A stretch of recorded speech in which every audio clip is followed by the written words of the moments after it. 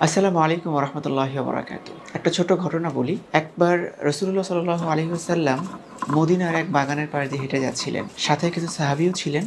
হঠাৎ রাসূল থমকে গিয়েছেন এবং রাসূল বললেন যে, "এই কবরের বাসিন্দারা অতিরিক্ত কষ্টে আছে। কিন্তু আশ্চর্যের ব্যাপার হচ্ছে তারা খুব সামান্য কারণে কষ্ট পাচ্ছে।"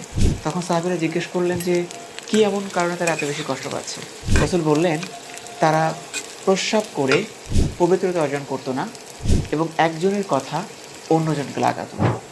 সুবহানাল্লাহ! এটা খুব সূক্ষ্ম একটা ব্যাপার এবং আমরা এটাতে অলসতা অথবা মজার ছলে আমরা এই দুটি কাজ করে থাকি।